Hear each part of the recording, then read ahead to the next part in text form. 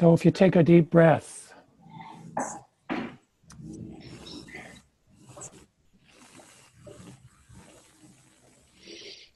we want to breathe presence into our bodies, support our bodies to become lighter, to be able to access life energy, to be able to be transparent to the life that surrounds us,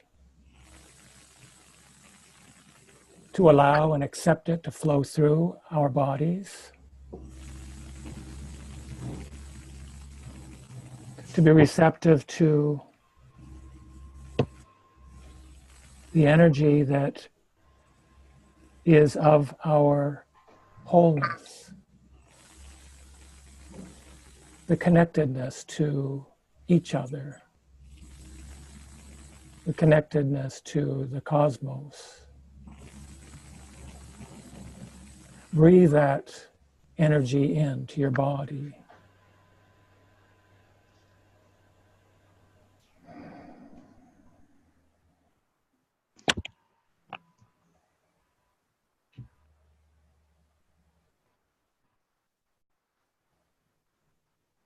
Allow the fluidness of your mind and your body and your spirit to integrate with one another.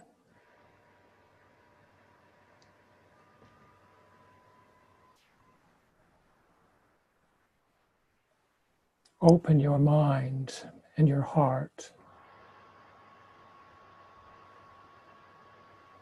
to the subtle listening,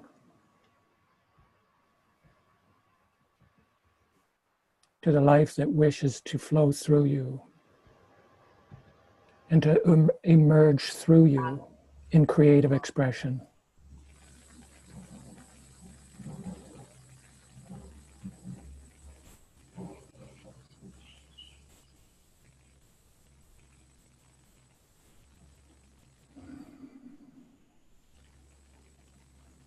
Breathe this rich, vibrant life that is all around us into your body.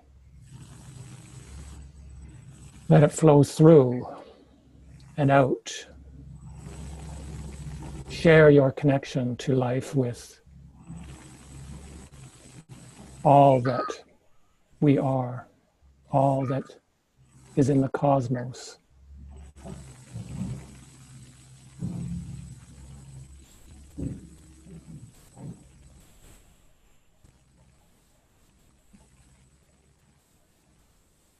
Be aware that you're letting go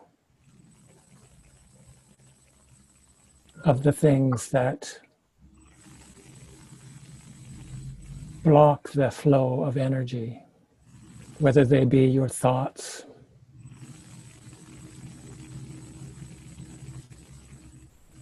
or clenching in your body,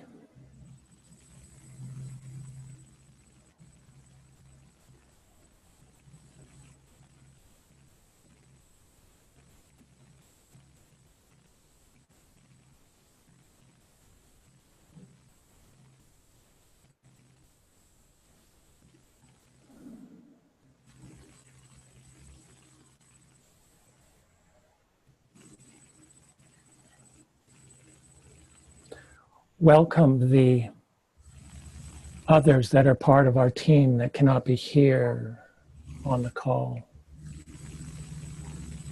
Welcome all those that support us in life.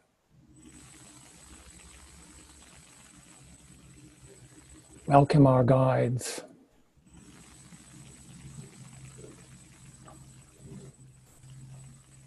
The spirit of the land.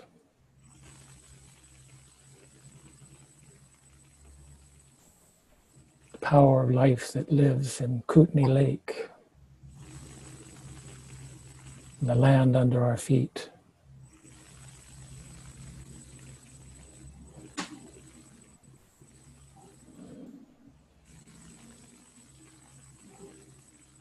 bring this lightness and flow into our conversation this morning.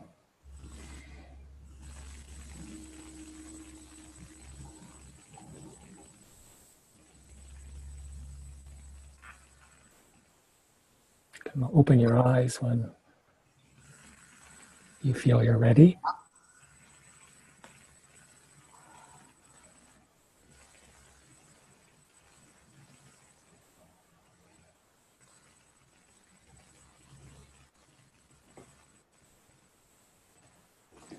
Welcome, Ray and Leni.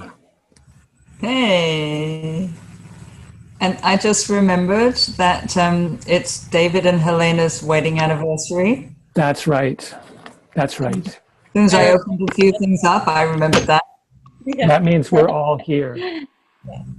Yeah, we're all here. Except Braven may come.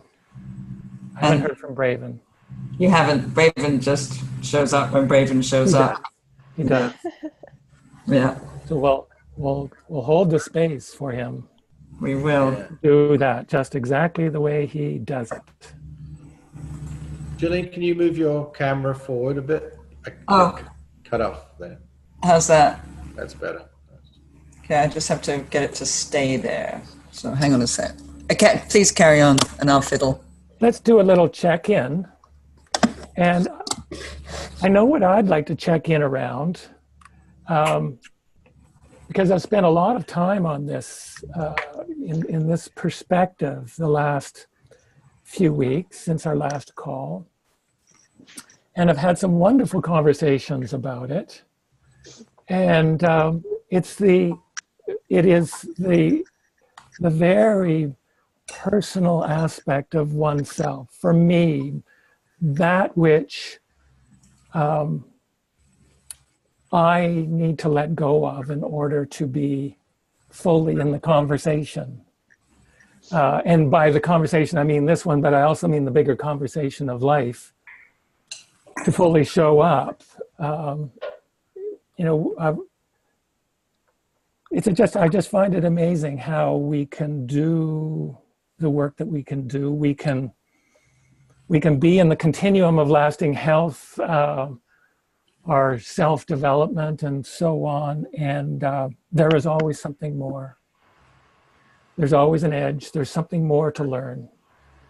And for me, I have been looking at letting go of, kind of difficult to articulate, but the simple words are being wrong. And there's so much around that for me, that can be much more than just me being wrong. It can be the whole world being wrong.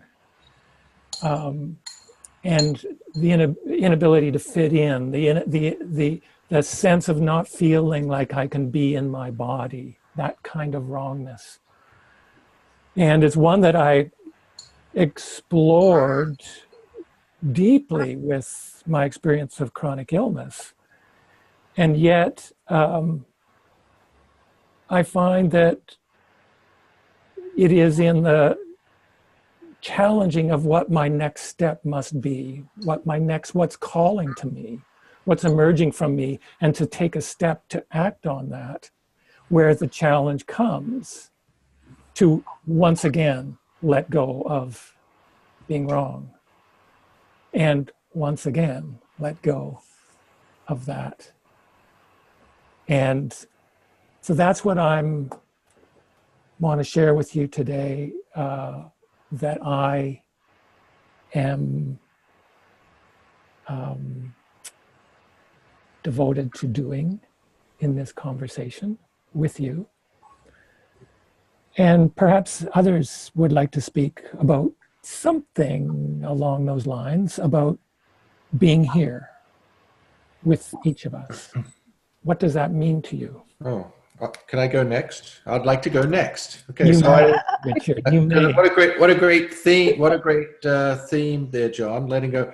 And it also pertains to people on this group too, because last week I decided to stop drinking for at least a month, and and so, which is, and I'm a regular drinker, no doubt. I drink every day, 3 drinks a day, 2 to 3 drinks, and since '95, you know, and so I decided that, and if people have been telling me this for years, right, and they're saying, well, why don't you stop drinking or stop eating, all that sort of stuff, and until it got to the state of me saying, you know, I'm going to do this, then that's when, so it's the choice that I make. So not that what other people's make. So I think that's really relevant to, you know, everybody in the life. It's when they make the choice. When I made the choice, then it's, you know, I'm totally fine with it. It's like, it's a done deal. It's not a big deal. It's what I'm doing. And then around me, I have this incredible support of you guys.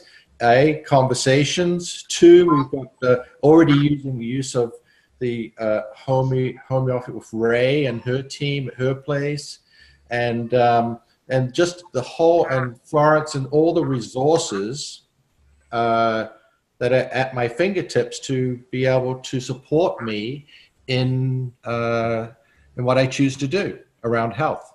So it's right in front of me right now. It's right in front of me. So that's my choice. That's where I'm at. So thank you all. Appreciate it. Richard, are you able to say, sorry, John, are you able to say what precipitated that choice? Oh, okay. So I've been, people have been saying to me, Richard, why don't you lose some weight? People that care about me and what I'm doing. And I've always like, oh, you know, I'm healthy, you know, I'm arrogant, I'm healthy. And I'm also, you know, had, you know, like, done this and done that. And one of the things is that I feel like perhaps my organs have swelled in some manner, or anyway, so I'm doing a liver detox as well. So at the same time, so this is the next round.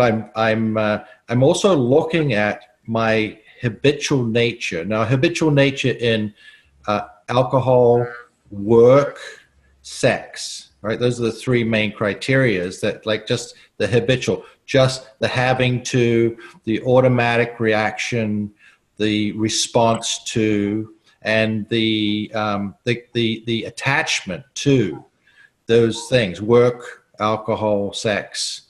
Those are the things for me personally, and so now, and also these things that I've realized that these are not in alignment with what we're up to, what I'm up to here. So it's also what's coming up. So it's what I'm looking at. So it's not in alignment with what the Sentinel's about. So for me to do the work that I'm doing is that to listen to the energy of what's necessary. And for me, as that vehicle or temple, whatever, it's that for me to be in alignment with what's happening with what is showing up, the Sentinel, my workplace, this part of my life, my relationships with others.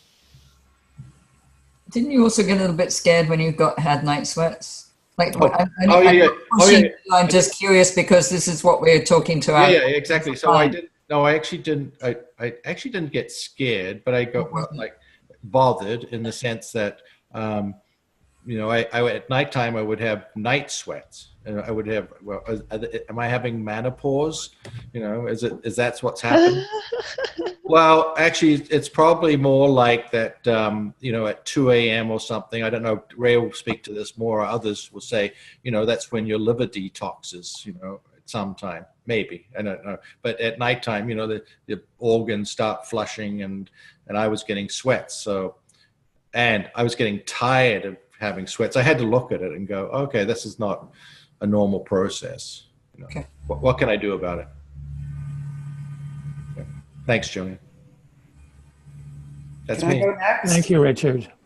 Can I go next? Yeah. Absolutely, Marsha. Congratulations, Richard. Thank you, Marsha. I noticed it when I saw you. You looked different within 2 days. And I didn't know what you were doing. And I said, whoa, you really good. You got your hair cut, but you're really looking good. I could see the difference.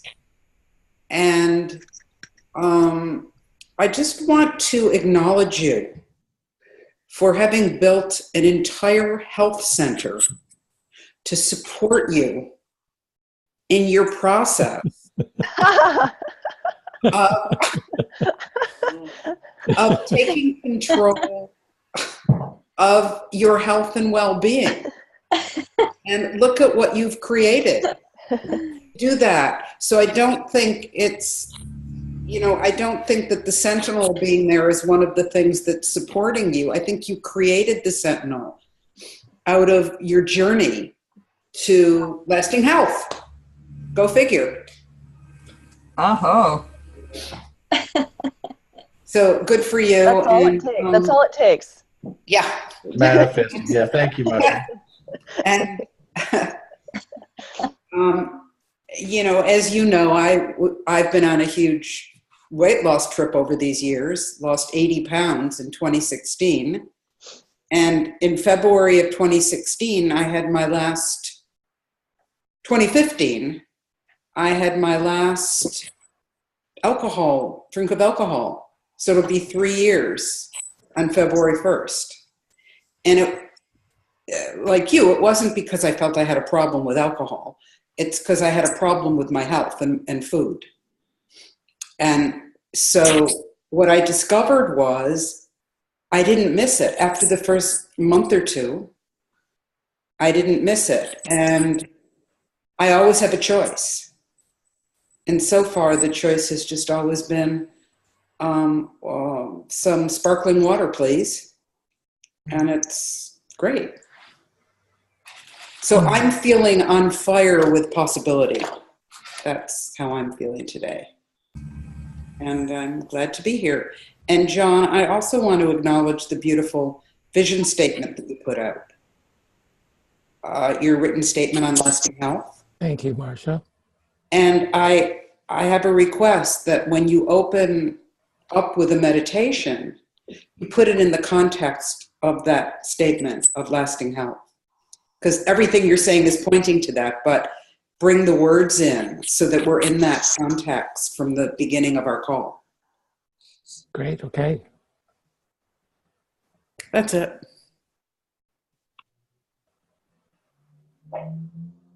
Thank you, Marsha. I'll go next. Thank you, everybody, so far. And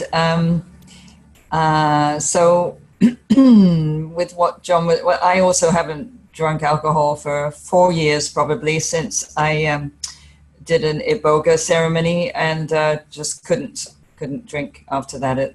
Just one little sip. And I like the flavor. I like sugar, and I like the flavor of certain drinks, tequila and champagne. So I'll have a mouthful, and that's good. And any more than that, I start to feel sick.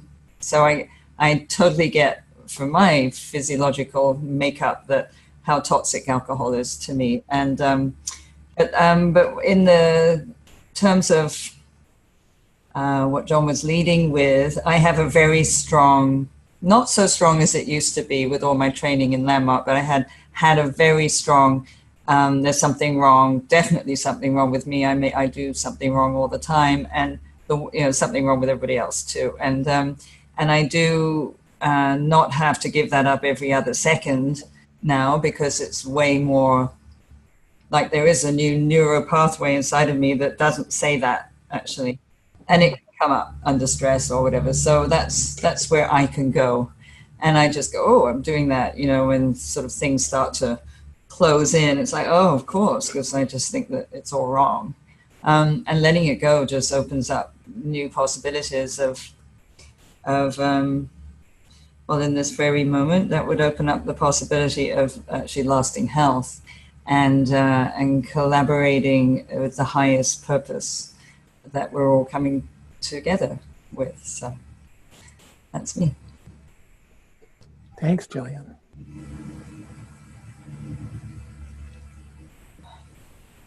I think Daisy wants to check in. This is Trevor's dog, Jillian and Richard. Who is this? This is Trevor's, one of Trevor's little girls. Yeah. Sweet. Sweet. Trevor's listening to my half of the conversation, not your halves of the conversation in the other room here, just so you guys all know. Was there a specific question around the check-in? Like, there's been so many was there actually like something I should address around the check-in? I know you gave your example, but I could give you a question. What do you wish to let go of in order to fully be here in this conversation? Yeah. I need to let go of the fact that I'm sick. I'm sick, that it's Sunday, that my fatigue, my burnt outness of being in busy season for naturopathic clinics. I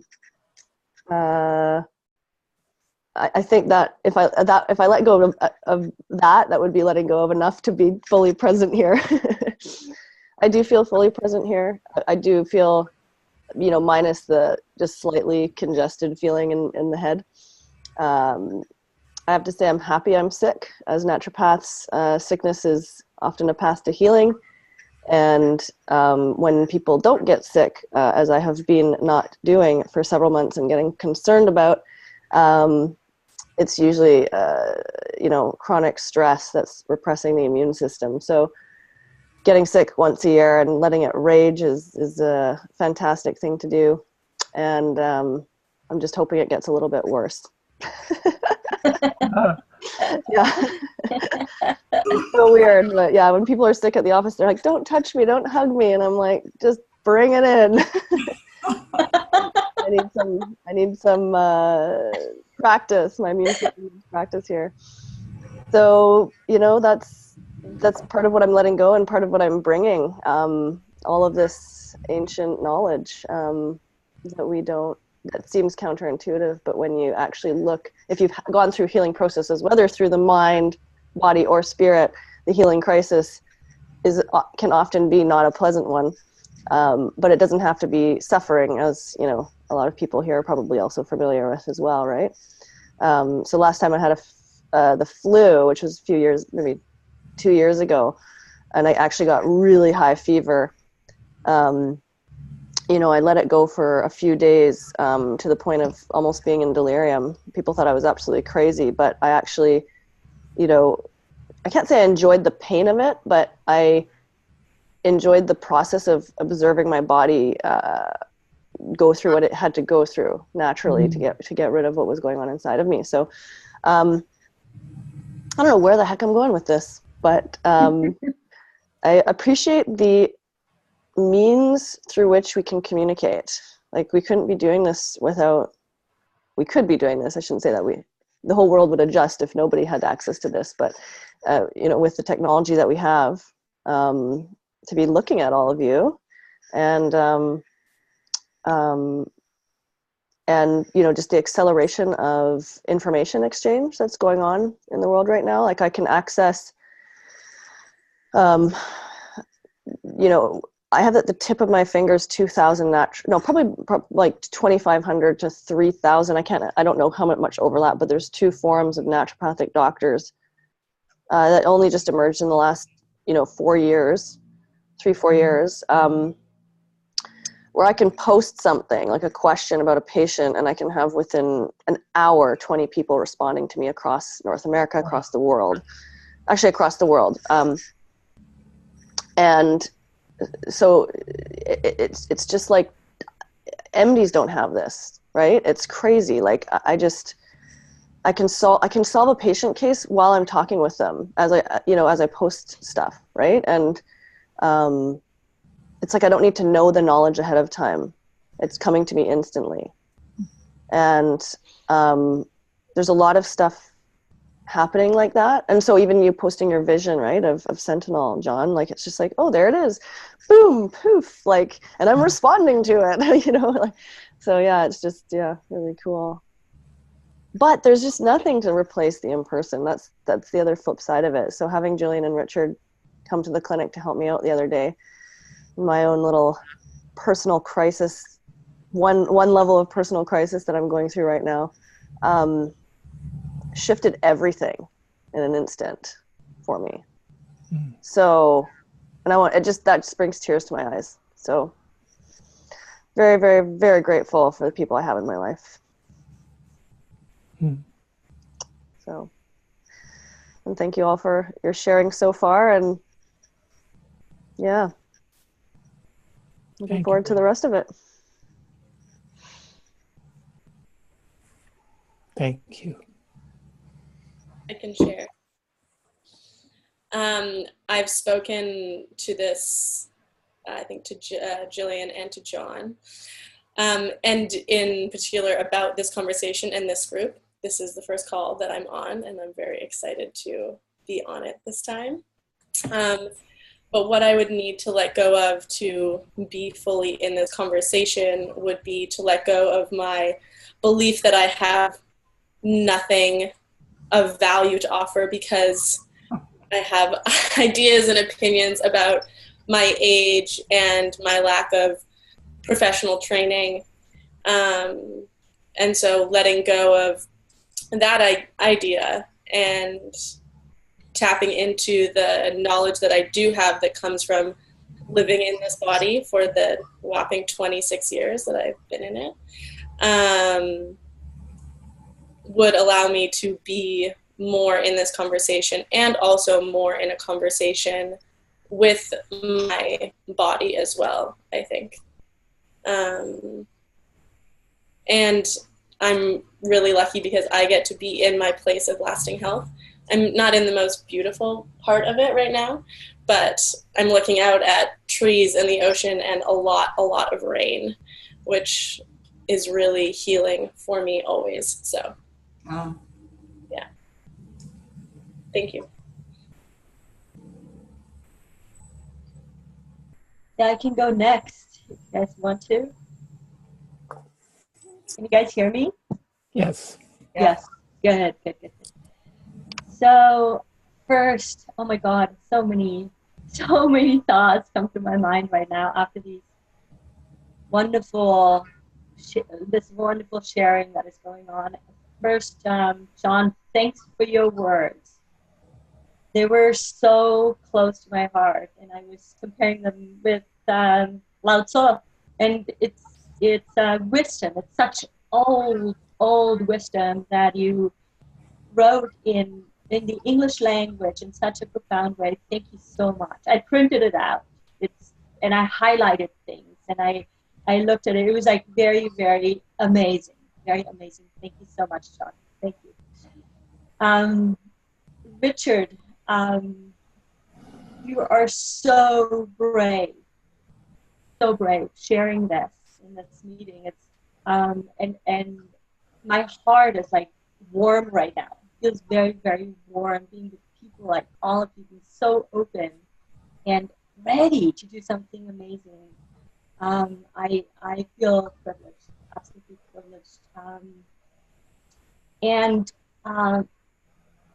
For me, what to let go came to me in Germany, actually. Like, I haven't been back to my family for the last, for 6 weeks in one stint. Usually I go for 10 days or 2 weeks max. But I was there for 6 weeks, sleeping next to my mother.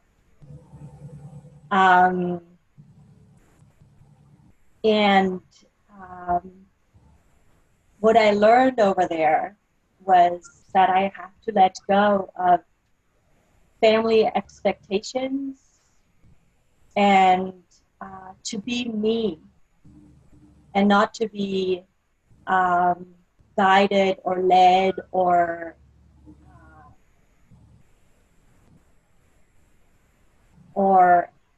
I almost want to say imposed onto by family. And so I have to let go of that and truly embrace who I am as a Chinese medicine doctor, as a Leni, as a healer, as a very small part of this universe, and fully trust that is the right thing to do without any judgment or any expectations. Ria, I also got sick over there, like big time, because I think of that process that I had to go through. And I sweated. I got the fever going. I wanted to have fever. I didn't take any herbs. I didn't take any medication. And I was in bed, and it was a process. And honestly, and that's what I'm bringing into the conversation today. And I feel that what we're doing here is so right.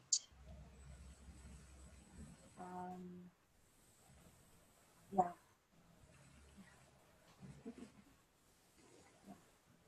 Thank you, Leni. I'm muting myself here. Sorry, that's a little dark. It's either going to be really bright or a little dark, so I'm going to go for a little dark. Gosh, I think, yeah, everything everyone said resonated. I think in terms of letting go, actually echoing Florence, it's actually my first real call with everybody, so I was feeling a little like, oh, I'm not up to speed. How do we do this? Getting to know everyone. So my name's Andrea. It says iSeers. That's where I work. This is a work Zoom account. So happy to be in the circle. And where are you? Where are you? Oh, yeah. So I'm in Barcelona in the soon-to-be-born country of Catalonia. There's 750,000 people in the street last night. I didn't see the huge protest, but there's people who've been arrested and are in prison for basically treason against the state. It's a very interesting place to be. And I'm supporting their cause more daily, even though I don't really, as an anarchist type, I don't know if I believe in creating more countries. It's quite compelling here. Yeah, beautiful people. So yeah, I think in terms of, yeah, I think there's a line actually from John, your beautifully written piece that really resonated with me actually and was helpful, as well as what you shared, Richard, that says, simply means we must shift our allegiance and stop giving mainstream medicine and food authority over our lives, and lasting health one learns to create their own unique diets and healing protocols. So people who know me know that I eat pretty restricted already, and I've actually just started an even more restricted food thing with no alcohol as well, mostly, to, yeah, get some better digestive health going on, get rid of a parasite that I got last year in Rio Branco, where Jillian and Richard were there with me. And it's a little bit tough when you're kind of in the city of tapas, and it's a food culture. And so although it's actually not that difficult to eat, there's just something about feeling okay, and once again kind of being different or restricted in a place where food is so central.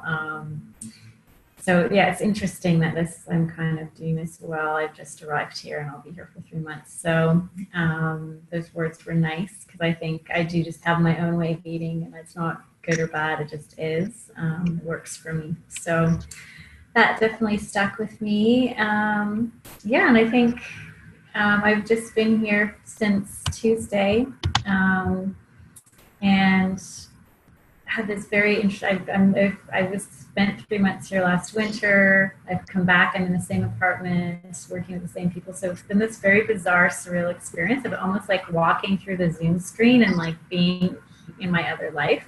Where I have very different routines, and I get to be somebody kind of different, which is kind of fun. And today, walking in the sun through kind of the old part of Barcelona, just feeling relaxed and joy. Like there's fewer chores here. I just get to really have more time to just walk around and look at things and just enjoy the beauty. So bringing some nice joy with me to the call. Thank you. And I'll mute most of the time because I live in a very trafficy area, so it's a little loud. Nice to see everyone. Thank you, Andrea. Whoops.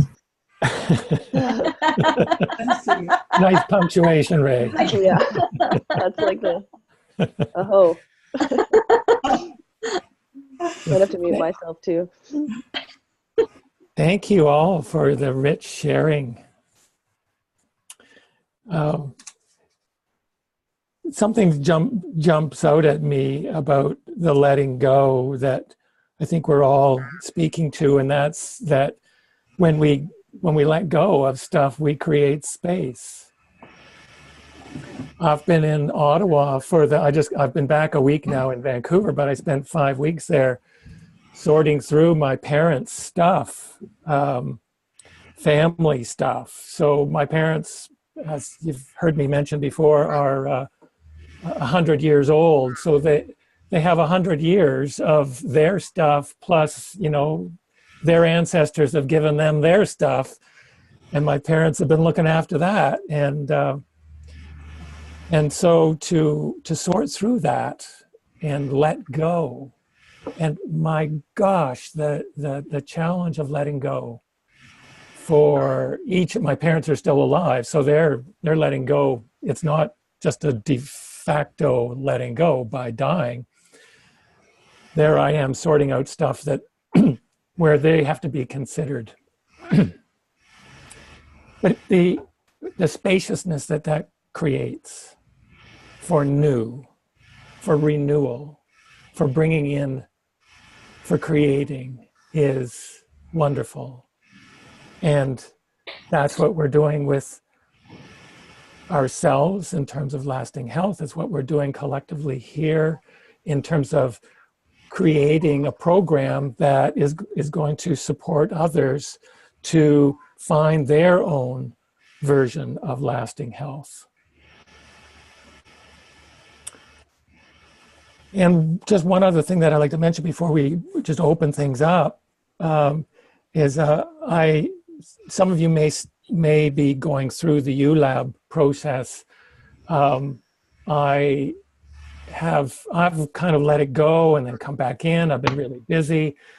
So I have not been totally immersed in it, but I'm getting the basic thrust of it. And I continue to be re-energized in it and by it, and recognize that the process that we're going into in ULAB right now is prototyping. And what is prototyping? And that answering that question is an interesting one. But what I realized for myself is that I have been prototyping my lasting health for ages. And in a sense, that's what we all do. We explore, we experiment, we come up with new ideas, we grow, and then we integrate this. And then we try it out, we iterate it. I realize that, you know, I take my prototype to every health practitioner and I say, here, this is where I'm at right now. What kind of feedback can you give me? What can you contribute to that? And then I integrate that and I iterate my next level of lasting health program for myself. And one other little bit that I got from the latest ULAB, this wonderful piece of research and application that is being done in the field of social neuroscience. That they've created this program that I really want to explore, because I think it's something that we could bring into the lasting health program, though I'm resisting grabbing at elements like this. But I love the essence of it, and that is that they created a program, they created a training program for people to learn empathy and compassion and other things around that. And they did it in the application of everyday life, and as a group, and they did it with imaging, with brain imaging at the same time. And what they discovered is compassion and empathy are completely separate pieces of the brain. Empathy you can grow on your own, but compassion you cannot grow on your own. You can only grow it in relationship with another person. So if you meditate on compassion, you can only do so much. But if you dyad with compassion or meditate together on compassion, you can grow literally grow that part of your brain, and it shows up. And what I loved about this program too is that there's a whole evaluation. There's a metric to it. So I'm very excited about that. So I'm just throwing a few things out there about how excited I am in the last few weeks since our last call. And perhaps somebody else can suggest a starting place for our conversation. Don, can I ask you something? Yes. So, because I wasn't there for the last meeting, could you do a little recap what you guys did, maybe? So just to be updated on.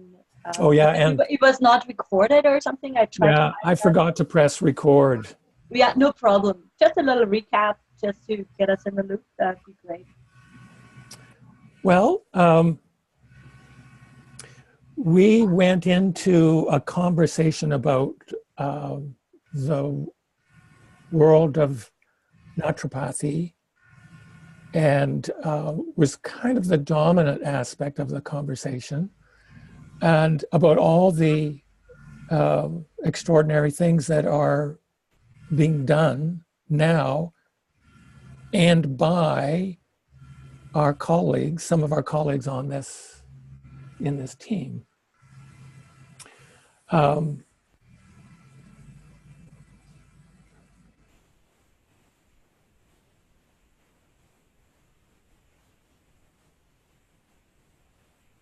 Ray, you were there.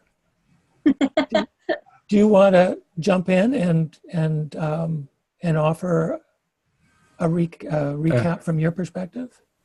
Cole's notes. Yes, Cole's notes, Ray. You can sneeze though. I'm muted. I can't remember all of the conversation. I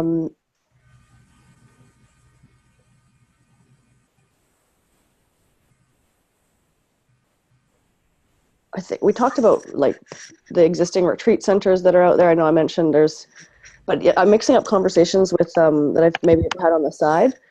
But did we talk about like Hippocrates and all those other retreat centers as well? Because it's not just naturopathic medicine. I remember mentioning there was I think what triggered the conversation was Ariel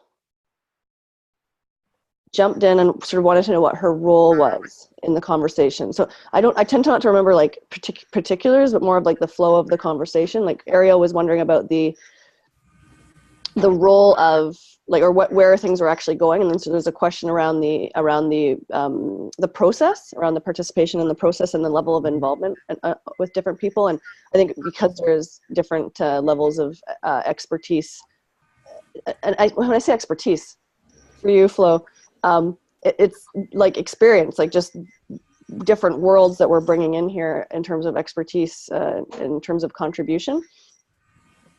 And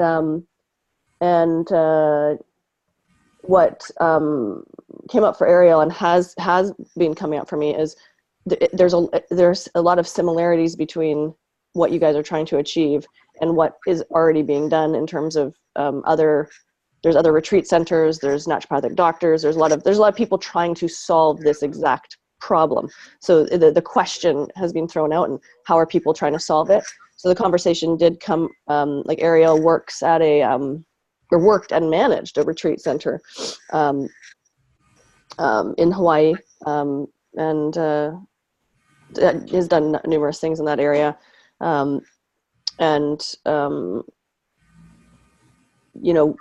Was talking about her experience in that area.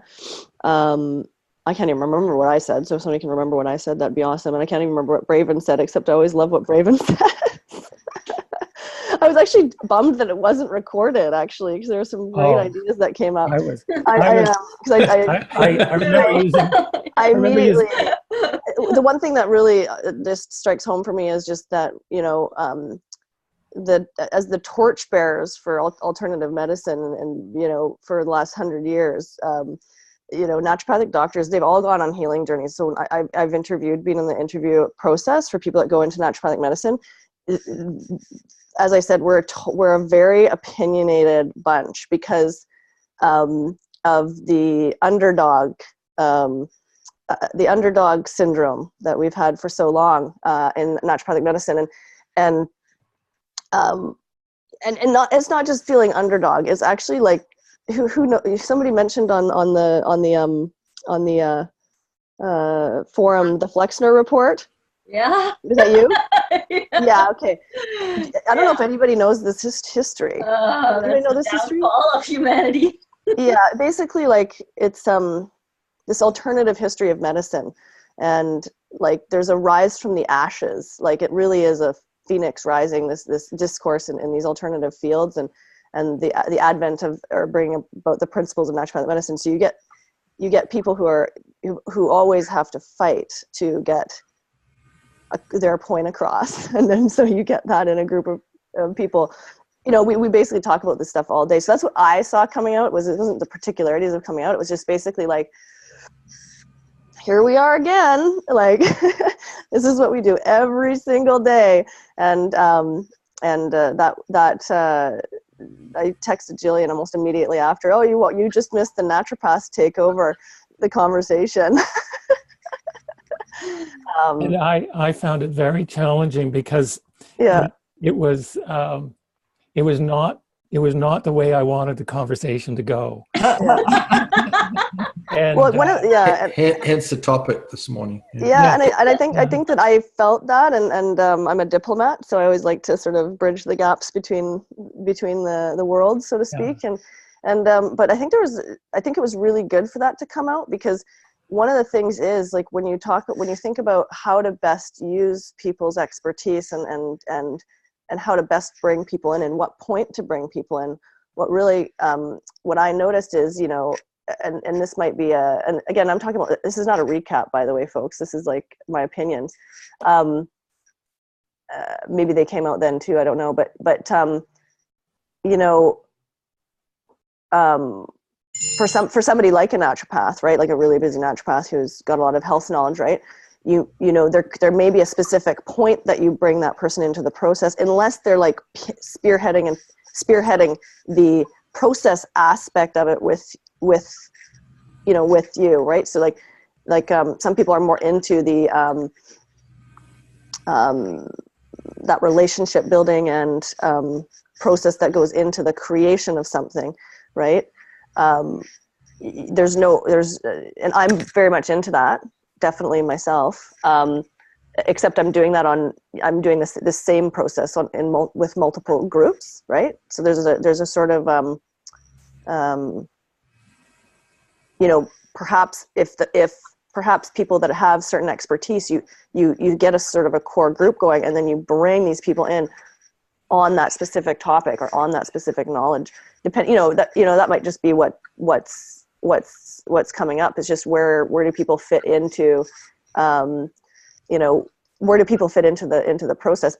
On the other hand, it's also really good. Like I've done so much with group processes. Like I actually don't think I'm just here as a naturopath. Like I've got a lot of that knowledge. I'm here as a person who did community development, lots of group processes, have had to research organizational development, and on an academic as well as on a very practical level. And I just really, do you guys know the term Heyoka? And it's the clown. It's the flip side of things, like looking at the opposites. It's a First Nations concept where, like, things get stirred up. Mm-hmm. So when things get stirred up, I always get a little sense of excitement, because it's part of this wheel.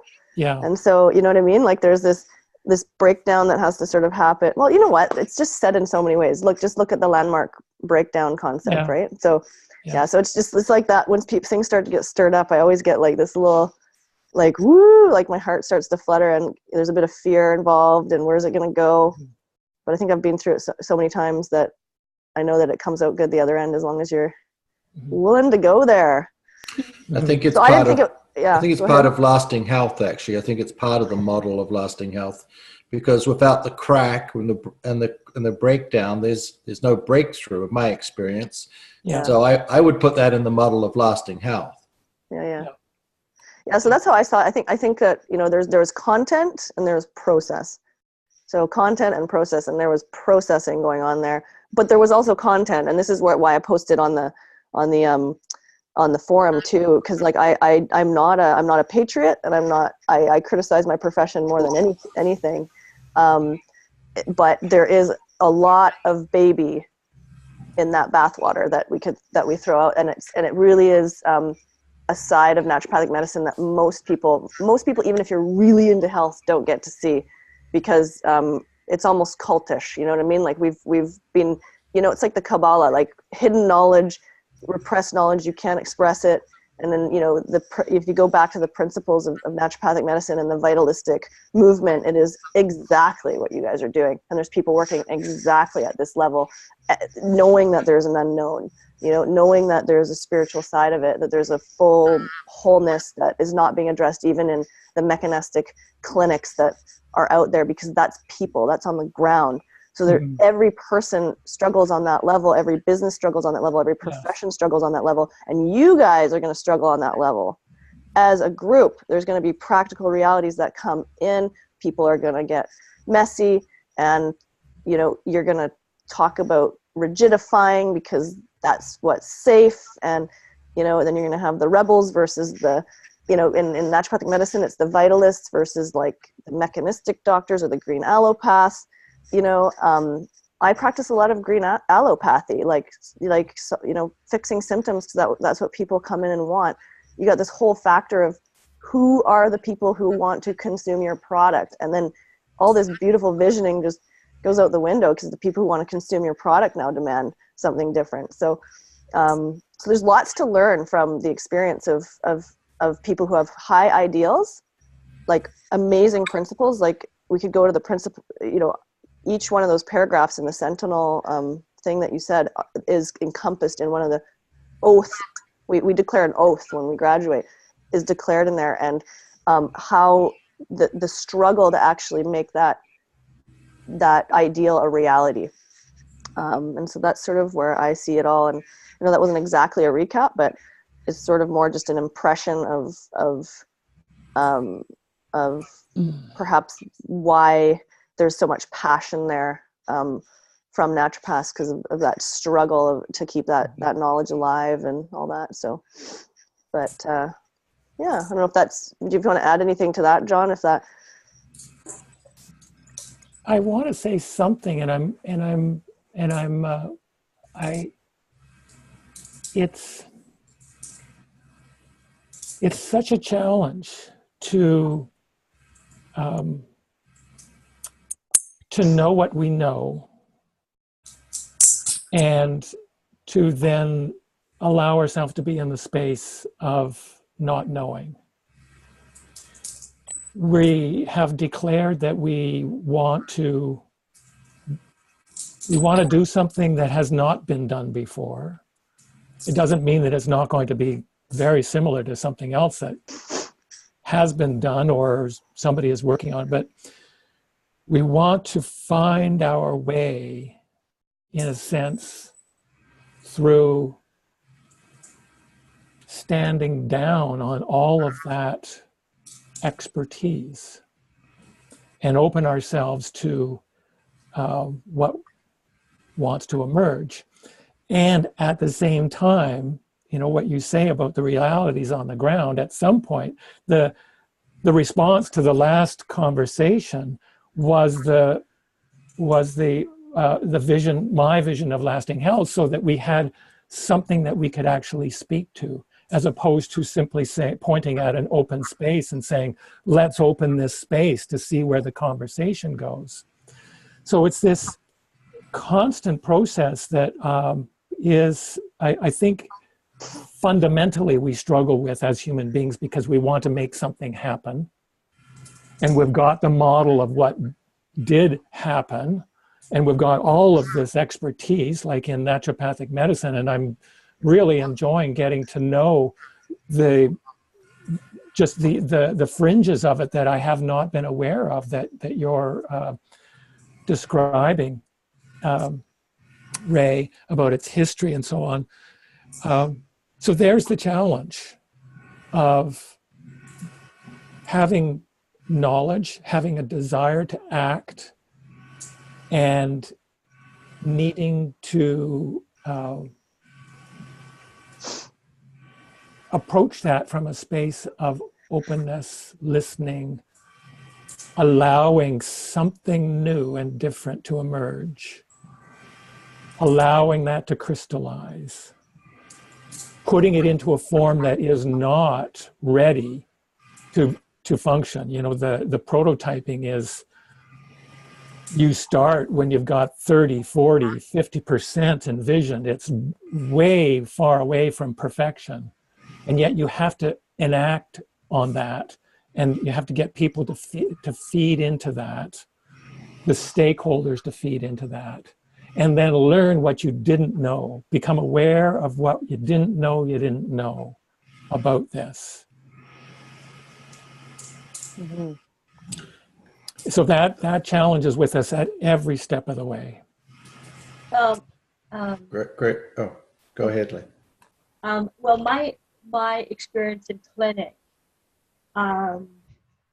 is that there's the unknown is a given, right? It's a given. Yeah, it's a given because every patient is different, of course, and every patient is very complex. And what we can give the patient with whatever modality, may it be naturopathic medicine, may it be Reiki, may it be Chinese medicine, it is an opportunity. And I think with Lasting Health, to allow that opportunity for the patient, and you know, if we're using, let's say, Chinese medicine differential diagnosis and come up with some treatment principles, and the patient is really not open for, let's say, doing acupuncture, that diagnosis and that knowledge we have about the patient being shared with, let's say, a naturopathic doctor, which I do all the time. You know, that is the unknown, but at the same time the opportunity. And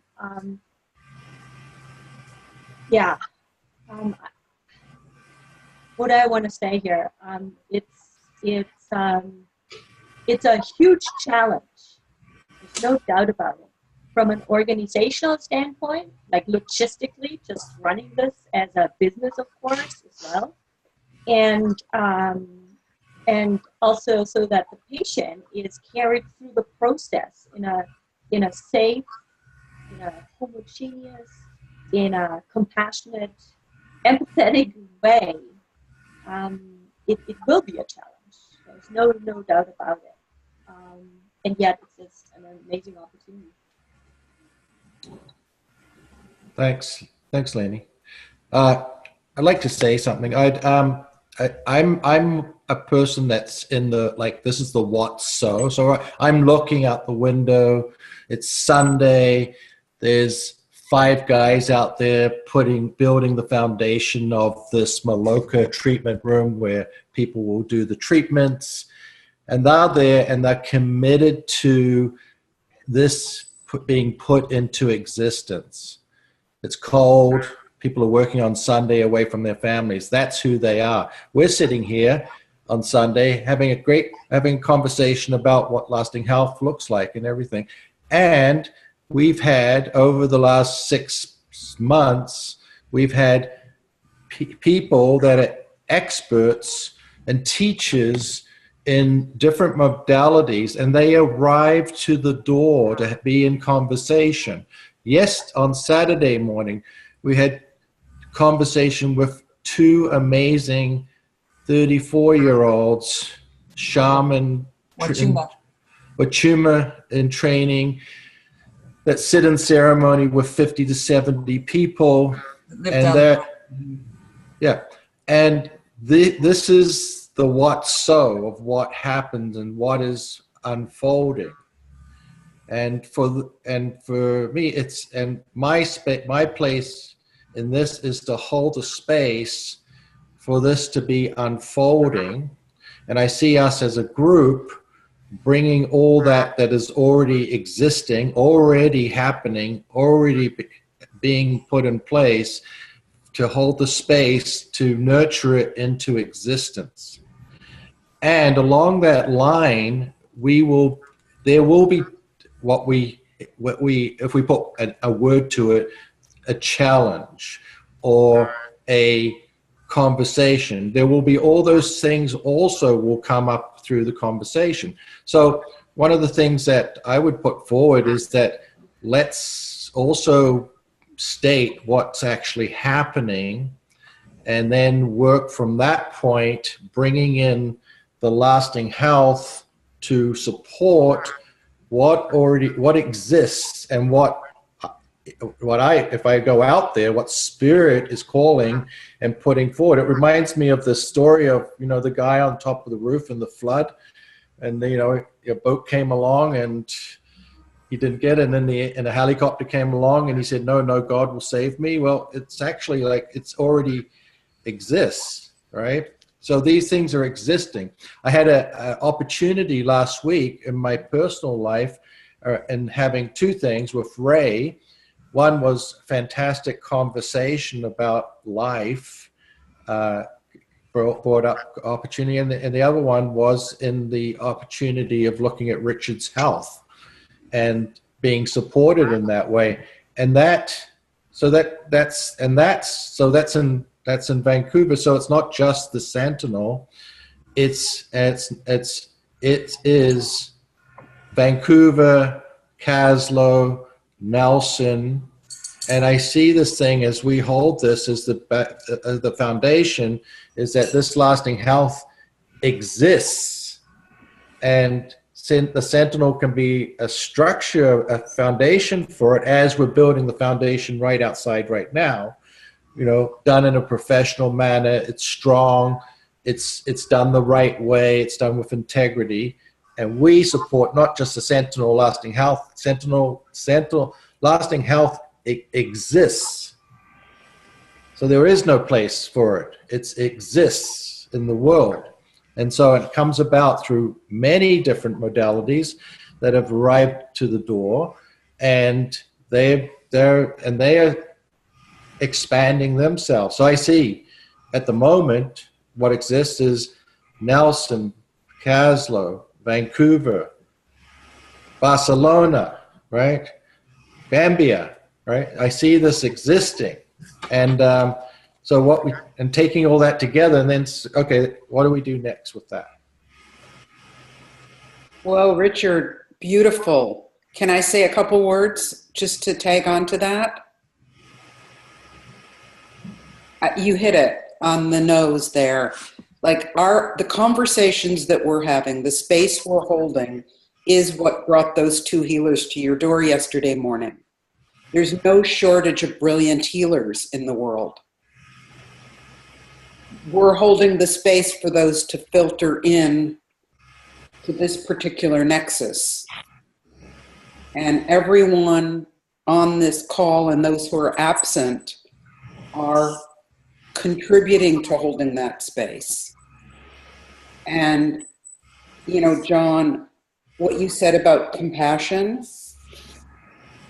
to me, that's the underlying theme. It's, everyone has their expertise, but there's an underlying theme. And the underlying theme to me is Ubuntu, the South African term.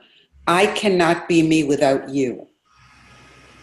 There's an interdependency here. And Landmark, they say, transformation only happens when it's shared with others. You don't sit in your room and transform yourself in the world. It's when you go out, get off the cushion. Compassion, as you said, John, only happens with others. We're off that model of, I'll go away and meditate for 3 months and be in silence, and then I'll come home and the world will be changed. That was good for the 60s and 70s, but this is just my opinion. we're interacting with each other. We're keeping the space open. And so to me, it's just an issue. How do we want to contribute in ways that keeps that space open? We're already doing it. Just seeing that we're doing more and more. Like, John, the statement that you wrote has been referenced many times already. Maybe it would be really helpful on one of these calls to go through that statement and really all of us feel it and get it into ourselves as a spoken word, not as on the paper. And, you know, that we have brilliant experts here, myself included, thank you, is a given. We're all holding the space in brilliant ways. So thank you.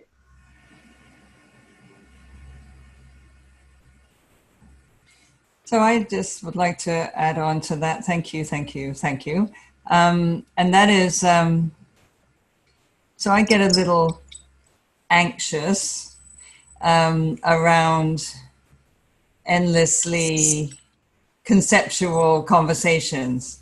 And I love everything we're creating. And another part of me goes, well, where's the plan? Like, bring on the plan, because that's how I operate. And that's also how I'm trained with our technology. For accomplishment, you have an outcome way down the line and then you work backwards. And so for me, that's what's missing. And maybe that's me and simply my anxiety that needs to be expressed. And that isn't what's missing, but it feels like it for me. And so I gather that the previous call was somewhat about, you know, don't throw the baby out with the bathwater. Absolutely. So at some levels, I feel like saying, and of course my expertise has nothing to do with healthcare except being in a body for 63 years, that's it. But I feel like saying, okay, we know many, many things that work, right? And naturopathic medicine has a lot of those aspects. And I asked on the Facebook the other day, so what's missing then from just straight, you know, naturopathic? And Ariel replied with, well, this and this and that and that. And I just feel that's a very concrete way of identifying what we want to do and what we don't want to do. That also may be a way of shutting down pure creativity and getting to something that we never knew existed before. I totally, you know, realize that. And at the same time, I want to get on with it. So I just had to say that. Yeah, Jillian, we have that in common. What comes to mind always is the question, what does success look like? And that's been going through my head during this call, just because I don't know if I'm 100% clear on what the hope is for the path forward. So that's one point. And then I guess the second point, just to share, I've been here very briefly, but I got to be in this very fascinating meeting here in Barcelona for 2 days. And so I work for an organization that where our vision is to transform society's relationship with psychedelic plants and see them as integrated and valued parts of society. And so we had this, you know, quite interesting 2-day meeting with 6 of Spain's most interesting lawyers who work on these issues, with the goal of trying to think of what kind of health or access model for paths to healing or spirituality or personal use for psychedelic plants could be achieved, thinking about Spain. And I actually thought a lot about the Sentinel in the conversation, because there's a few models that we're looking at creating, and one of them is kind of a therapeutic center, either for-profit or non-profit, and trying to think of all the different issues that come up, particularly around doing, you know, having psychedelic plants as a part of a health center, not the whole thing. And anyway, so yeah, it just came to my mind in terms of, I don't think this is something that is accessible to people yet. I think in small ways it is. Hopefully it's something that I can bring to the conversation.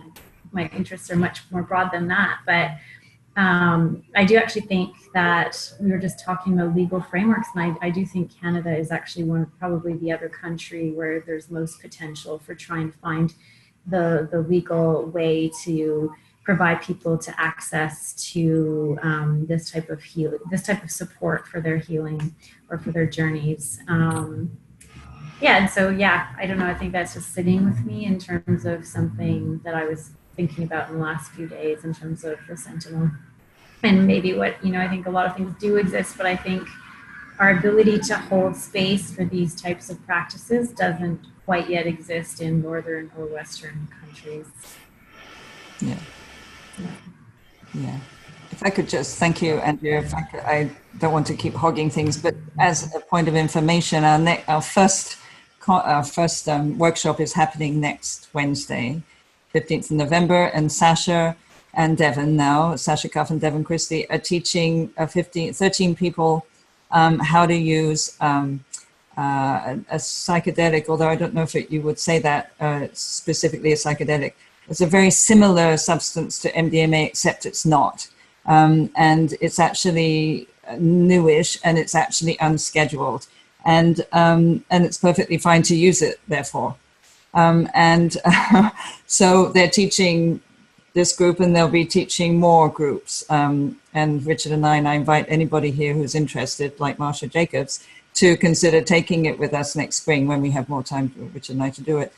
Because I just see that, and again, it's not the only focus, obviously, Andrea, but it's such a great tool to be able to offer people within the concept, within the umbrella of lasting health. And we're talking about, really hard, glued on, like you think it's you, trauma that creates, an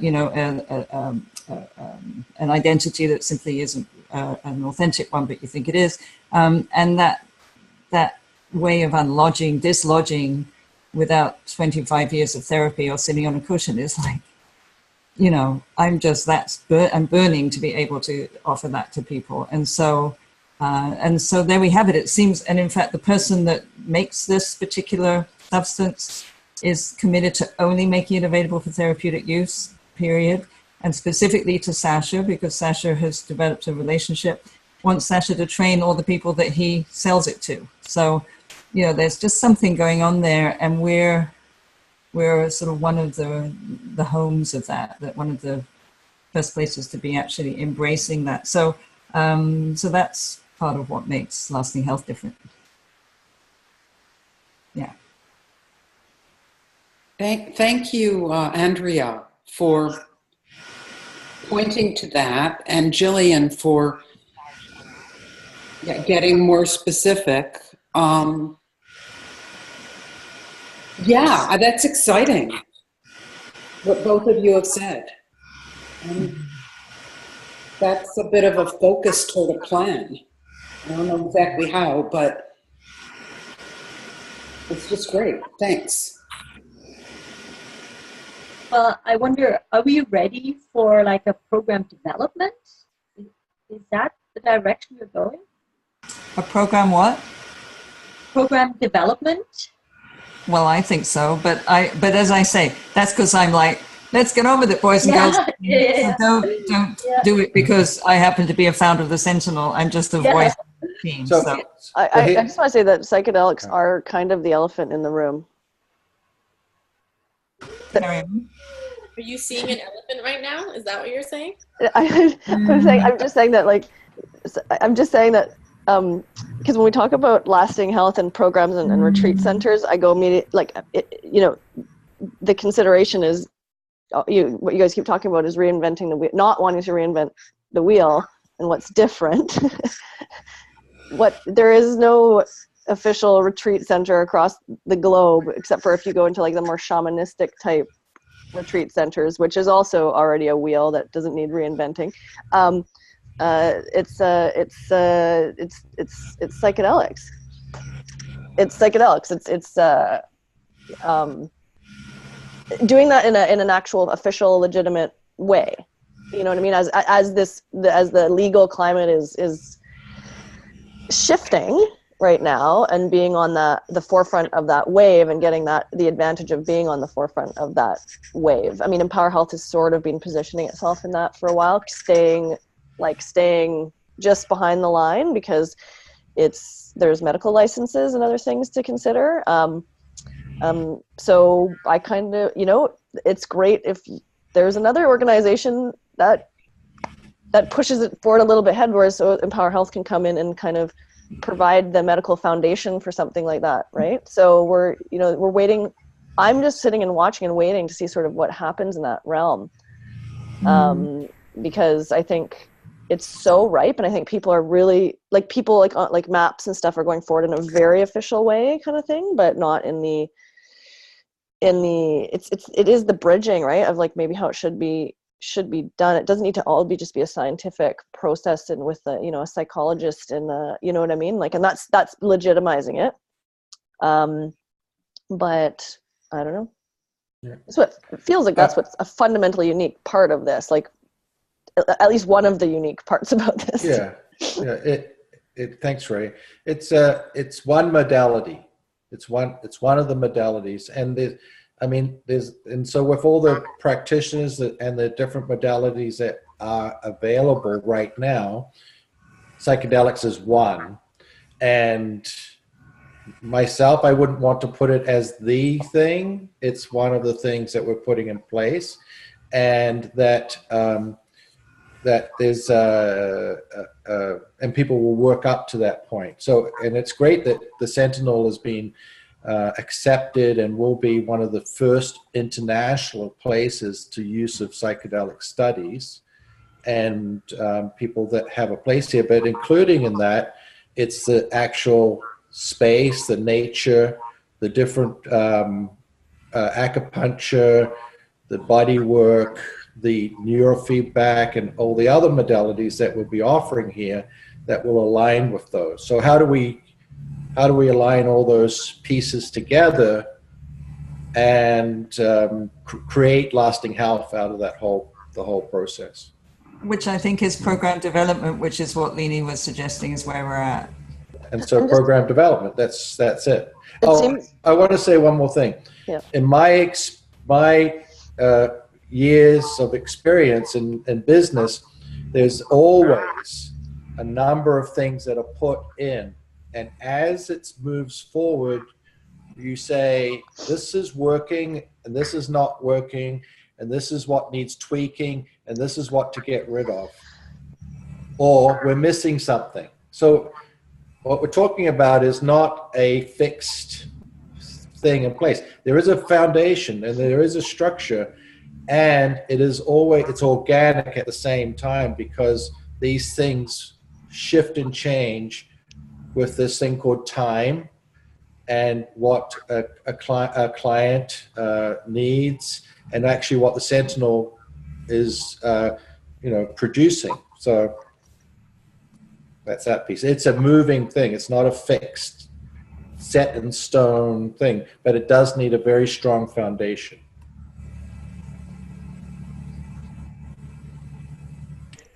I think we are ready to take a step towards bringing the elements together and laying them out in a way that others can participate in what the program would look like. So I would say we're ready, in the language that you're using, to develop the program. But I don't think the development of the program is going to unfold in the way in which you may want it to unfold, if we want it to actually do what you want it to do. Okay. Say more. Well, I'd like to talk about it in terms of the process, which there's some biting at the bit to want to develop a program and implement it. And that's understandable. This is what I was describing about this tension of not wanting to be in the listening, the presencing conversation, where the elements of something that have never been done before will reveal themselves. And it's also about how many people can be involved in that creation, which, if you look at it as an investment in, which Richard and Jillian, you guys are just extraordinary at doing this. This is in a way in which the Sentinel is happening.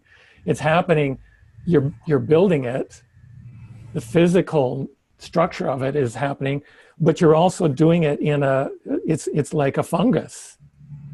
The network of communication that is going out.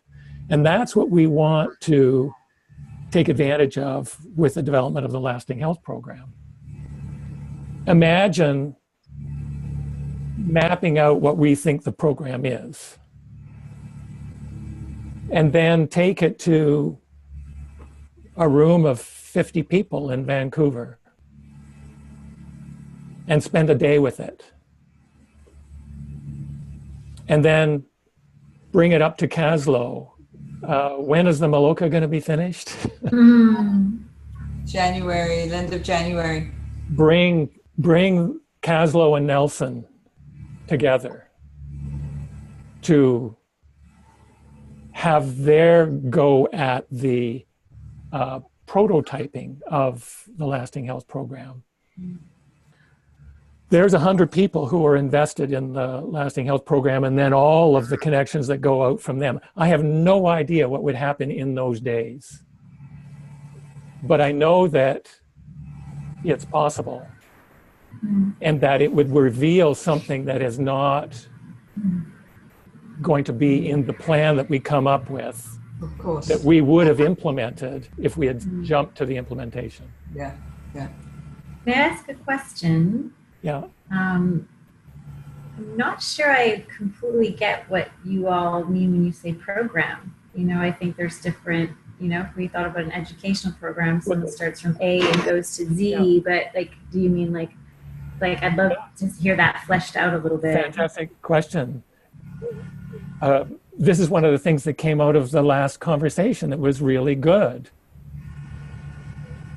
We know somewhat that the Lasting Health Program is not going to be a clinical program.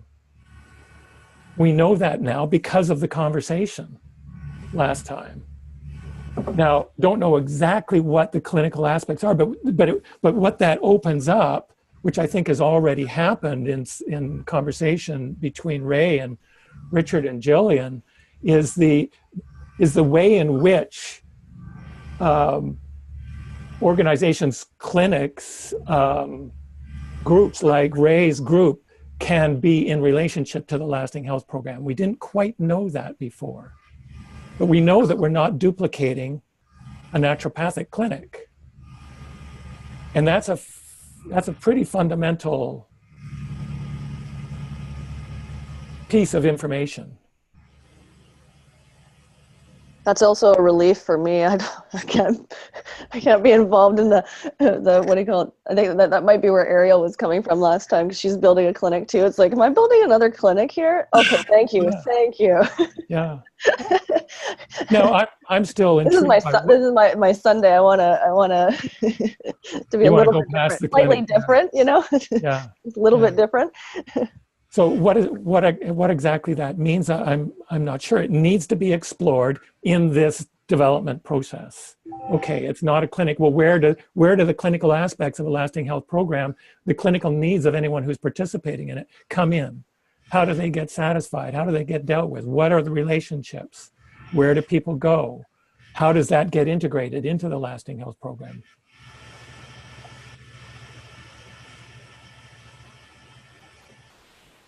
So I think there's other questions like that that need to be explored and answered as we, and that's going to happen when we actually commit, like you're desiring, Jillian, to actually see something mapped out. It's not going to happen in this conversation of wondering what could it look like. We have to actually put it down as this is what it looks like. This is what's going to happen on week 1. And we think it's going to be 52 weeks. And then this is what's going to happen in the year following that. And here's the month to month. And here's the way in which we're going to bring the people together. These are the times that we're going to bring them together in the same space physically. These are the times that we're going to bring them together in a virtual space. I have this strong feeling that there is an educational component to it. I think participants in the Lasting Health program are going to be students. And I think there's a very strong coaching element that's going to run through it. And so I have these ideas, and I think they need to be tested out by taking this next step. I love it. I just want to read to you what Ariel said, because it's really quite funny. Ariel says, I've worked in retreat settings under the principles of naturopathic medicine as interpreted by one doctor. What I saw missing from that particular institution was more of the energetic modalities we don't practice, aromatherapy, crystal healing, Reiki. They had other things I wouldn't have considered, like Watsu, which was very healing. Other things missing was a type of follow-up care in the long term, 1 year, 2 years, 10 years after leaving. And the third thing I can identify that was missing was education about how to implement the changes made for them there upon returning into their own home environment. Reintroduction, education, in this case, food. So it's exactly what you're saying. So how do we do that? What's next? Go ahead. Well, I have a request, and that is that before the next call, is that we all write down what that looks like, right? And then so it's not like see it, and then we share that before the next call, and see where the crossovers are, and seeing what other ideas that from each one of us, because there's many things out there, and it would be great to see it, and I'd love to sort of map that all out as a starting point. I want to add something too about the other day I got slammed by Ellen Chauvet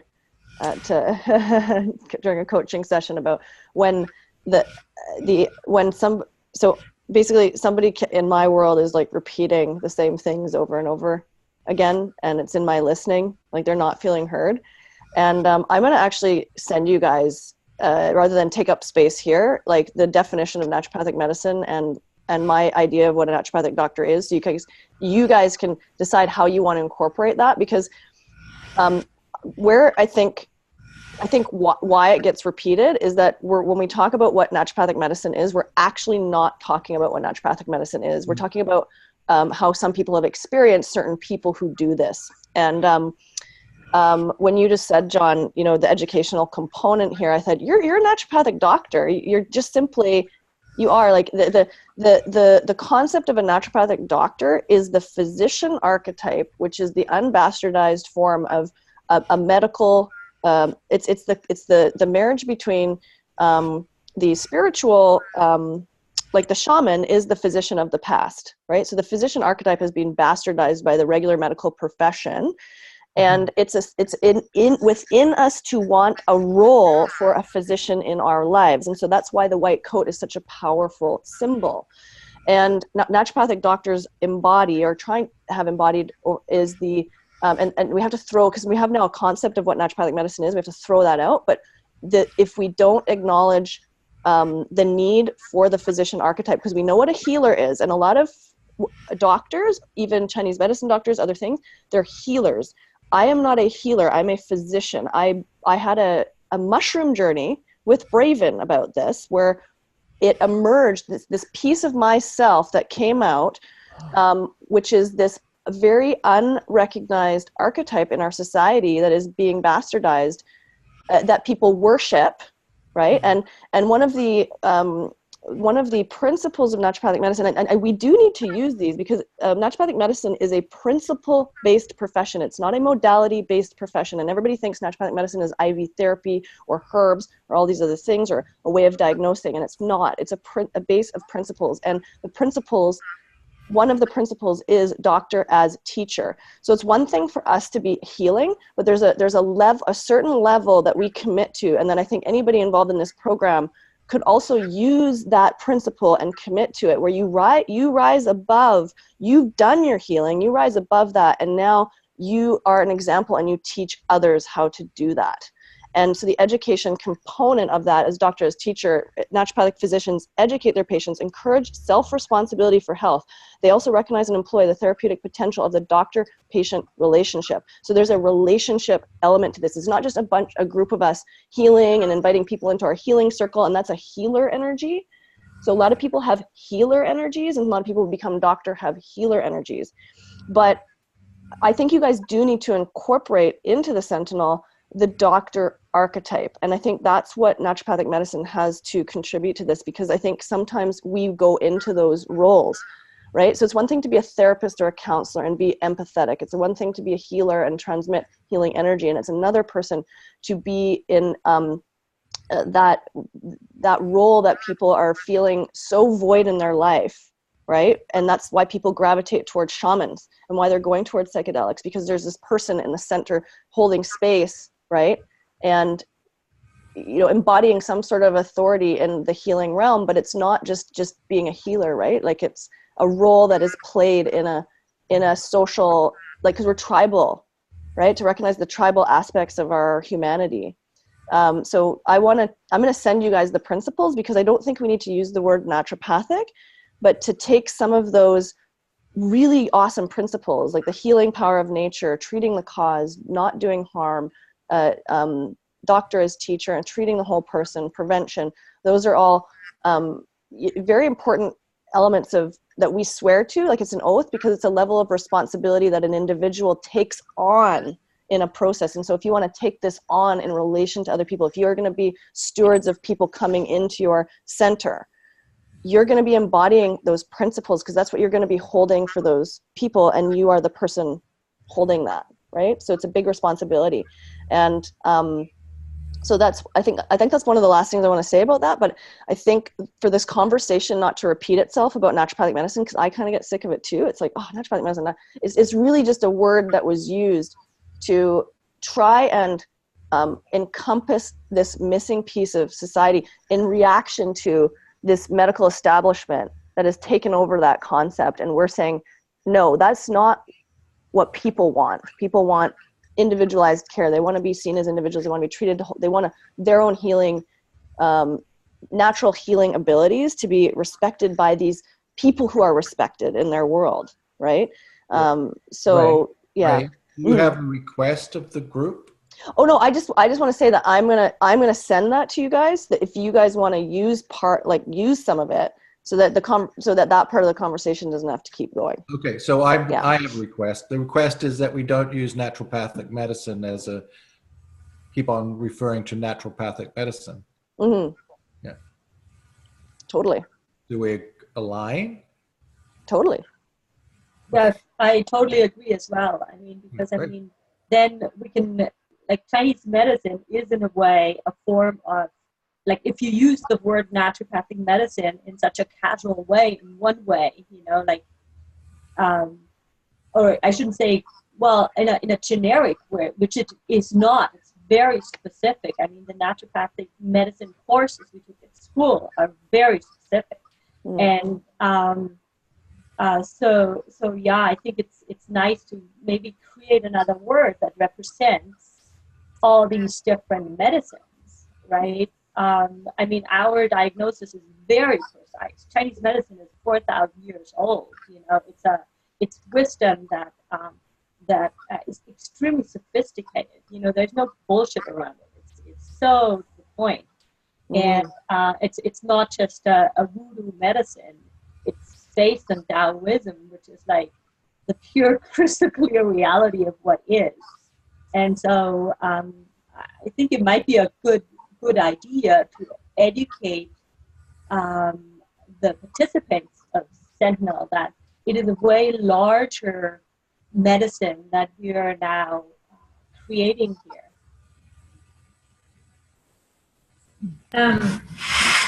Something that's coming up for me in this, which is kind of an interesting theme over the last, I guess, month or so, thinking about, you know, it's been really thinking about the way psychedelics are being used in Western Northern societies, which is this really individual thing. And when I even hear about these kind of, you guys talk about the medicine, it's like I go to the medicine and I do this. And so for me, one of my key interests right now for all of this is like two words: connection and community. And how do we pull this kind of journey to lasting health out of the individual and into the community?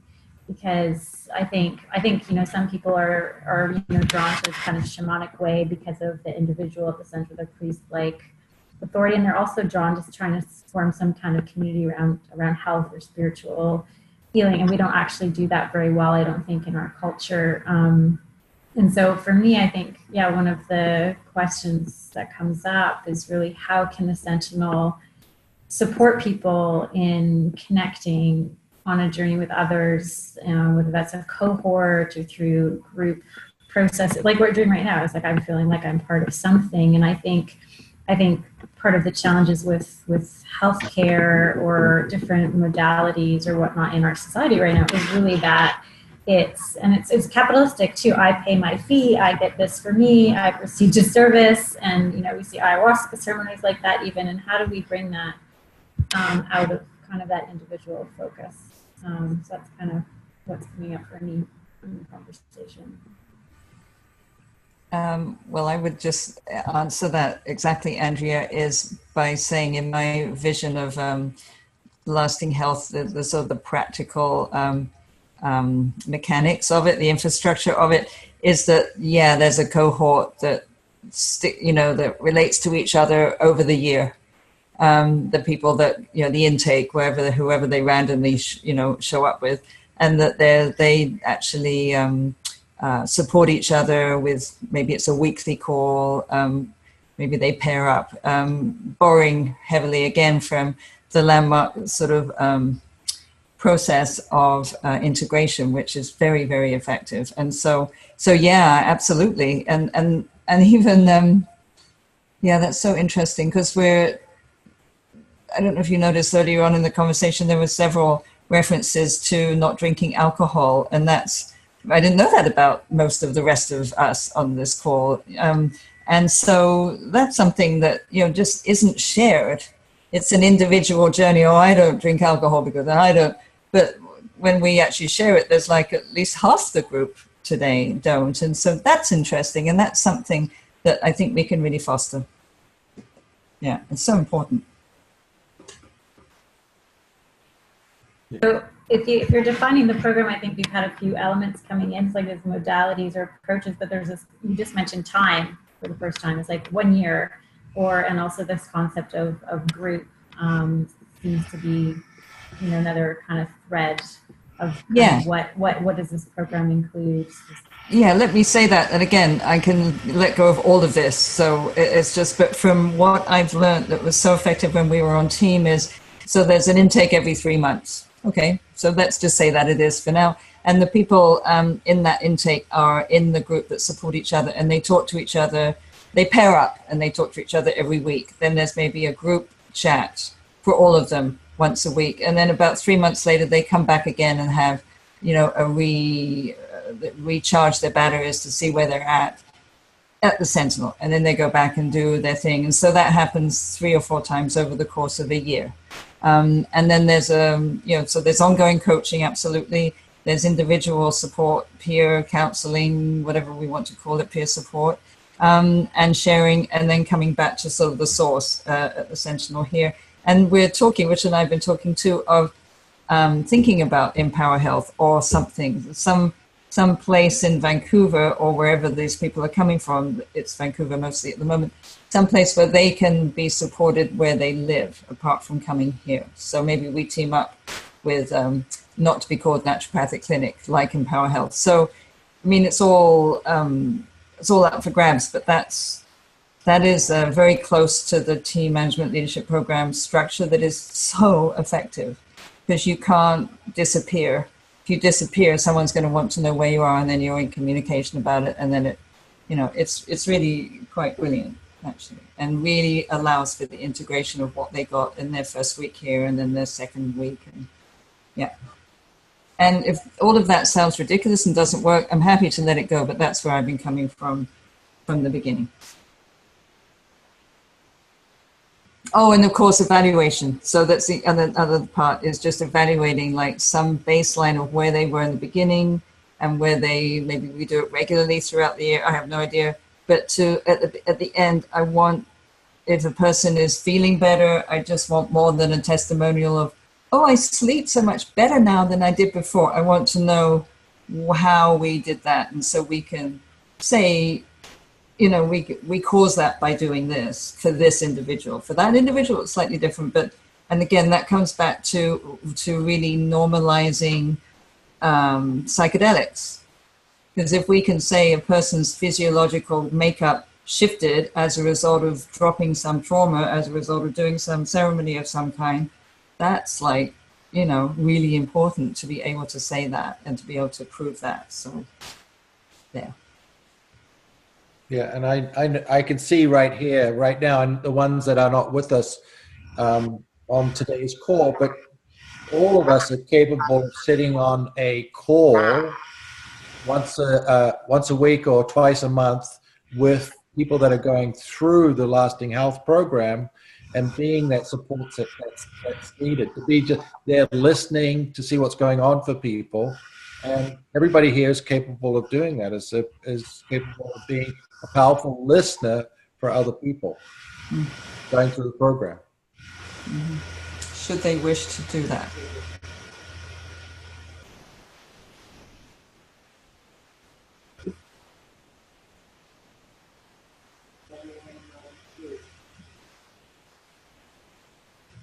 John, you're on mute. John, you're on mute. Yeah, sorry. We're coming up to 12 minutes before the hour, and we need to bring this conversation to a close. The one thing that has been suggested that is an action step was put out by Richard, that we each come up with our vision of a Lasting Health program. How do others, what do you think of that?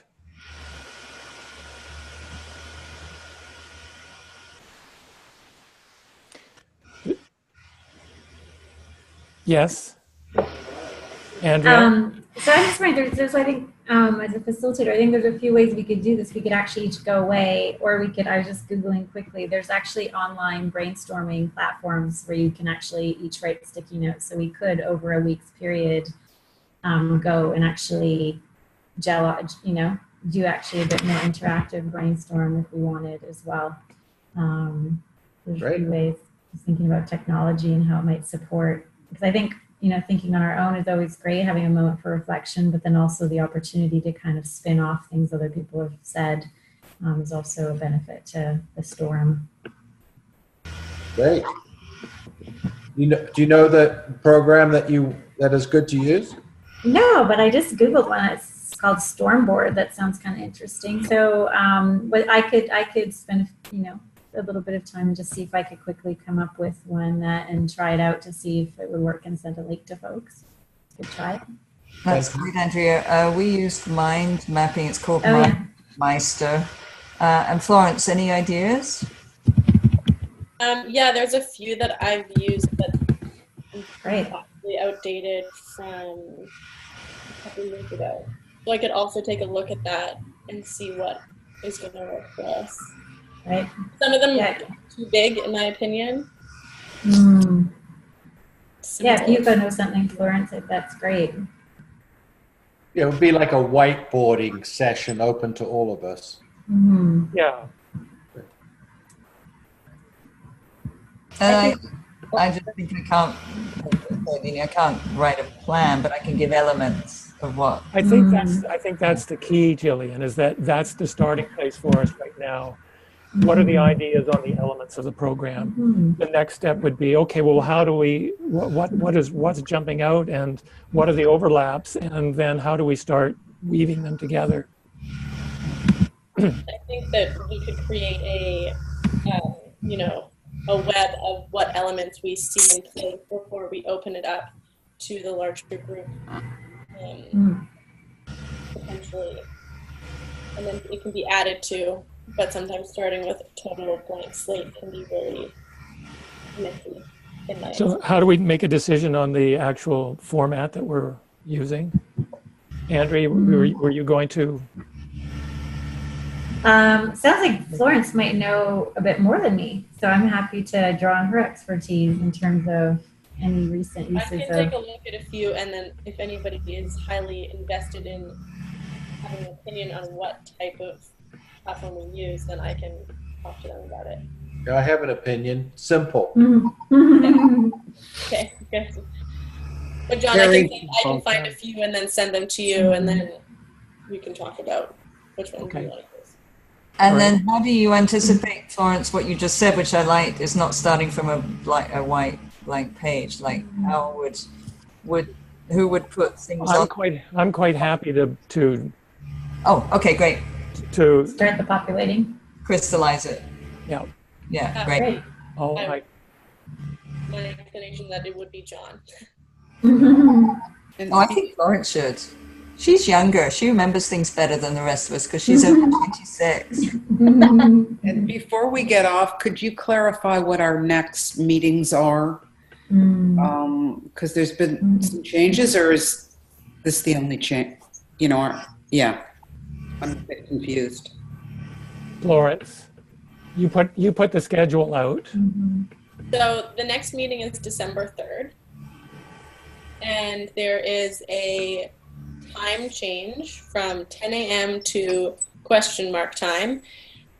I sent out an email requesting people to select a time that they would be available later in the day on that Sunday. So 2 to 4, 4 to 6, or 6 to 8. A few people have replied to that doodle. I can send it out again after this or I can put it on the Facebook.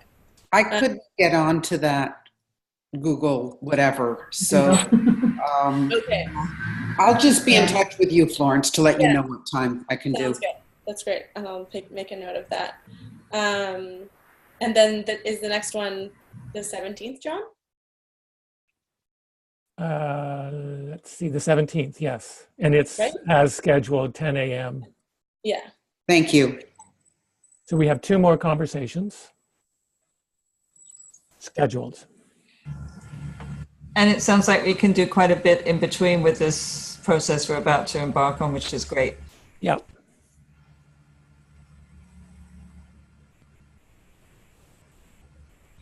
And John, I really did like that idea of bringing, I don't know if it's 100 or 50 people together, but bringing a group of people together to look at everything that we create. I love that. Anybody else got any thoughts about that?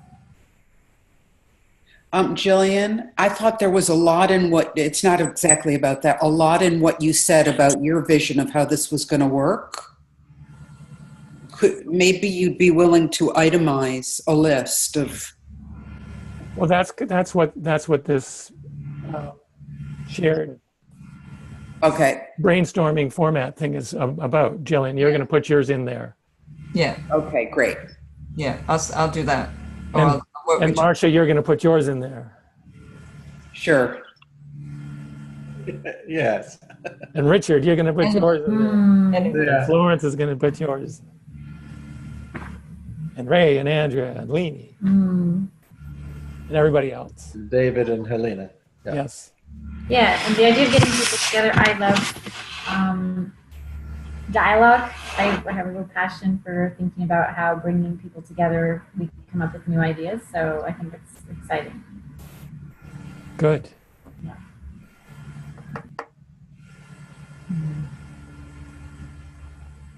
We have a plan. we have a plan. It's a good plan. Mm. I'm feeling less anxious. Thanks, everybody. Yeah, I would like to say thank you, everybody, because fantastic meeting, eh? John, thank you for setting up the foundation of that in the very beginning, because it set this pace and all the sharing that went on today. And I'm looking at the screen, and again, I'm going to say there's a world in front of me. It's, it's not just placed in one area. And we are fortunate to have the technology that allows us to do that. And the things that are working for us, they work for other people as well. So for me personally, I mean, I have such gratitude for everybody that it takes something to be here on a Sunday morning. It takes something to share of yourself and being vulnerable. So I have such gratitude and thank you very much to all of you and all the time and energy that you take. Thank you, Richard. Thank you. Thank you, Richard. Yes, thank you. Anybody want to say anything to complete for themselves? I want to express my gratitude for everyone. I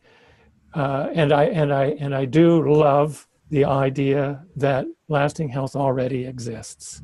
It's the wholeness that is us.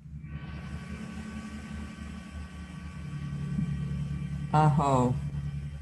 Yeah, what a great meeting. Thank you so much. And, I'm already visualizing John using your vision as part of my, mountain guide, structural mind. And Jillian, I'm so with you there. It's this, I don't know, maybe it's the German within me, but I just gonna look so forward, wallowing in this amazing wisdom that we have amongst us all, and then creating, I shouldn't say program, for sure not. It is an amazing opportunity for us, for our patients, and for the universe. So yeah, what a great meeting. I feel super completed actually with having experienced these 2 hours and then going forward to the next step. Very exciting. Thank you all.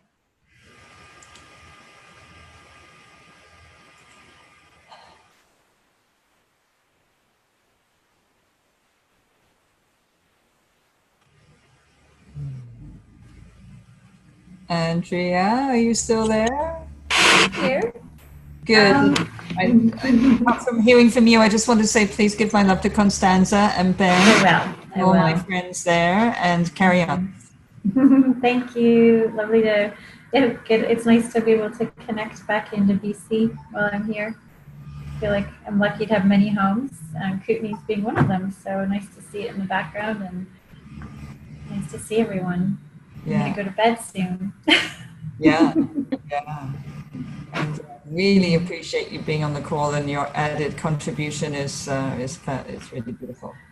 Thank you. Very well. Thank you. Nice to meet everyone in more depth. Appreciate it. Where's that woman who isn't a naturopath? Where's she gone? Did she leave us already? Or is she playing with that door? Sorry, I didn't realize this was a mandatory checkout. No, it's not mandatory. I want to know how you are. You have 20 seconds or less. You can do it, Ray. Thank you all. See you next time. Beautiful. I don't know if I'll be able to continue on Sundays, to be honest, but just keep sending out the invites. Okay.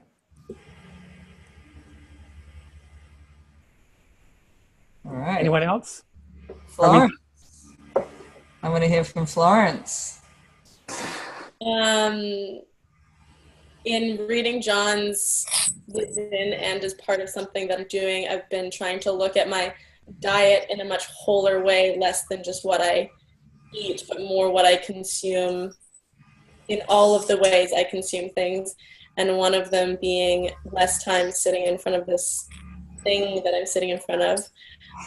But I am very, I appreciate sitting in front of this thing right now because it has allowed me to connect with all of you. So I'm appreciating all of you and happy to be here. Green timing with you guys.